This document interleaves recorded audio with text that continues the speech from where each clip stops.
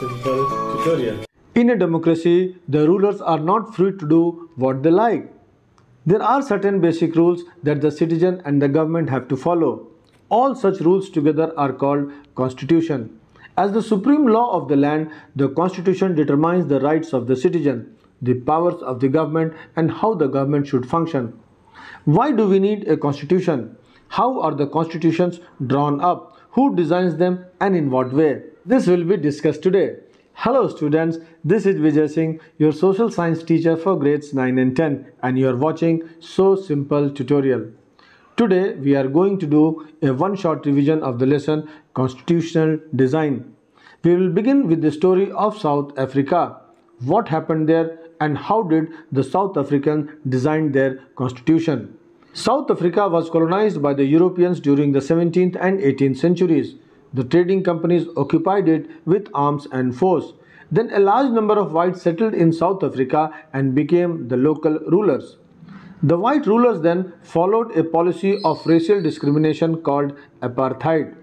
This system restricted social contacts between the races, enforced the segregation of public facilities, and curbed non-white participation in the government. If you see the composition of South African population, the blacks constituted 3/4 of the population. Besides blacks and whites, there were also people of mixed races who were called colored and people who migrated from India. The white rulers treated all non-whites as inferior. The blacks were forbidden from living in white areas. Trains, buses, hotels, hospitals, cinema halls, sea beaches, and even churches were all separate for blacks and whites. Then, from 1950 onwards, the blacks, colored, and the Indian started to fight against the apartheid system. African National Congress led the struggle. Their leader, Nelson Mandela, was charged with treason for daring to oppose the apartheid regime, and he was punished with life imprisonment. When the protests and struggles increased, the white government realized that they could no longer rule through repression. So they changed their policies. Discriminatory laws were repealed and a ban on political party was lifted. Nelson Mandela was released from the jail in 1994. At the midnight of 26 April 1994, apartheid government came to an end and Republic of South Africa was born. Nelson Mandela became the first president of this new South Africa, a democratic South Africa. So the first job was to write a constitution for the country. The two parties, the oppressor and the oppressed, were planning to live together. But how could the black Africans forget the oppression and the killings so easily? Hats off to the South African leaders. They appealed to fellow blacks to forget the past and forgive the whites for the atrocities that they had committed while in power. The whites also feared a strong backlash from the blacks. An authority was required to regulate the relationship in a manner whereby a community of people could get the assurance that they would not be meted by cruel and unjust treatment by others. The constitution provided people the means to protect themselves against each other. Talks between the two groups led to a type of power sharing by which interests of both groups were reconciled. A new chapter of harmonious relations between the blacks and whites began. It was agreed that the government in future would be a government by majority and elections would be held on the basis of universal adult franchise. In case the government was formed by the majority, it would not have unlimited power. Moreover, it would recognize the rights of the poor and workers and would not take away the assets of the whites. Now, who will guarantee that whatever was agreed upon will not be broken in future? The trust factor was missing. So the only way to build and maintain the trust in such a situation was to write down the rules that everyone would abide by. And this is exactly what the South Africans did. They agreed on some basic rules. This set of basic rules is what is called a constitution.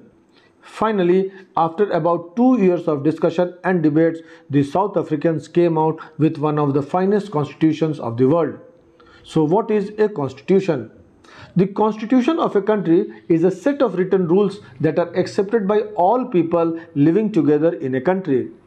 It is the supreme law that determines the relationship among people as well as the relationship between people and the government. So what does a constitution do? It does many things. 1. It generates a degree of trust and coordination that is necessary for different kind of people to live there. Second, it specifies how the government will be constituted, who will have power to take which decision. Third, it lays down the limits on the powers of the government and tells us what the rights of citizens are. Fourth, it expresses the aspirations of the people about creating a good society.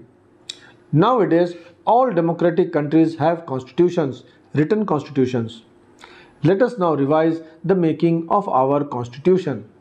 First of all, the making of the constitution for a huge and diverse country was not at all an easy affair.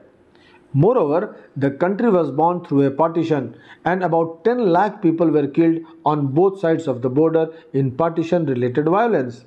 Then, the merger of the princely states was another difficult task. But then, while framing the constitution, there was a big advantage for the constitution makers in India. Unlike South Africa, they did not have to create a consensus about what a democratic India should look like. Much of the consensus had evolved during the freedom struggle. In 1928, Motilal Nehru and 8 other Congress leaders had drafted a constitution for India.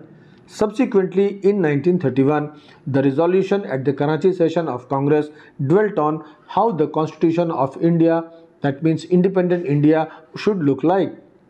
Both these documents contained many principles on which there was a consensus. They were universal adult franchise, right to freedom and equality, and protection of the rights of the minorities in the constitution. So the leaders were clear in their minds to implement these ideas once India became free. There were other factors that contributed to the making of the constitution. The experience gained in the working of the legislative institutions proved to be very useful in setting up our own institutions. So they adopted many institutional details and procedures from the Government of India Act 1935. Our leaders learned from other countries also. Many of them were inspired by the ideals of the French Revolution. They were also influenced by the parliamentary democracy in Britain and the Bill of Rights in the US. Socialist revolution in Russia inspired many Indians to think in shaping a system based on social and economic equality. Let us now revise the Constituent Assembly. What is a Constituent Assembly? It is an assembly of people's representatives who write the constitution of a country. First, some important statistics. Elections to the assembly was held on July 1946. Its first meeting was held in December 1946. The assembly adopted the constitution on 26 November 1949. The constitution came into effect on 26 January 1950. There were 299 members. It took 2 years, 11 months and 18 days to write the constitution. They deliberated for 114 days. The president of the Constituent Assembly was Dr. Rajendra Prasad. The chairman of the drafting committee was Dr. B.R. Ambedkar. The Constituent Assembly was dominated by the Indian National Congress, which included a variety of political groups and opinions. It also represented members from different languages, groups, castes, religions, and occupations. Finally, how did the Constituent Assembly work? The Constituent Assembly worked in a systematic, open, and consensual manner. First, some basic principles were decided and agreed upon. Then, the drafting committee prepared a draft constitution for discussion. The members examined every clause of the draft constitution and debated over its provisions carefully. These debates have been compiled in a document called Constituent Assembly Debates.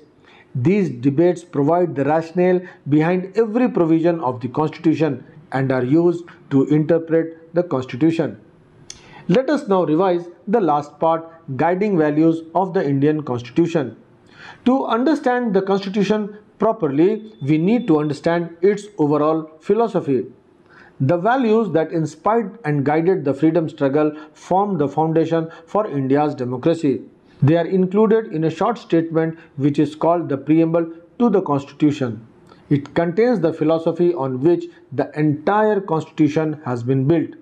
Preamble provides a standard to examine and evaluate any law or action of the government to find out whether it is good or bad. Its opening lines, "We the people of India," indicates that the constitution has been made by the people of India. As a sovereign country, India is absolutely free from the dominance of any external power. She is free to follow an independent policy without any pressure from any external power in relationship to other countries. India is a socialist state. It tries to reduce inequalities by regulating the economy.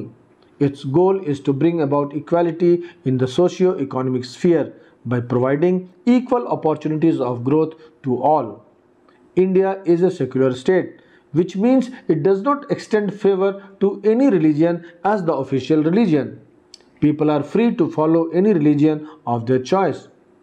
As a democratic state, people elect their rulers and hold them accountable. India is a republic, which means that the head of the state is an elected person and not a hereditary one. Justice in social, economic and political sphere is given to the people of India. Discrimination based on religion, caste and gender does not take place. People enjoy liberty and are free to express themselves.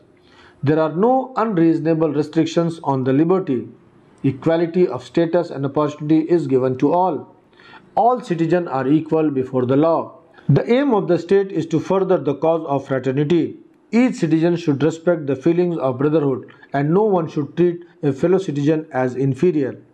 The conditions in which the constitution was framed might not remain the same in future, so the makers of the constitution made a provision for making amendments to the constitution from time to time. These changes are called constitutional amendments. Let me stop here, students. I hope this revision was helpful to you. In the next class, we will meet with the revision of some other lesson. Till then, enjoy reading. Jai Hind.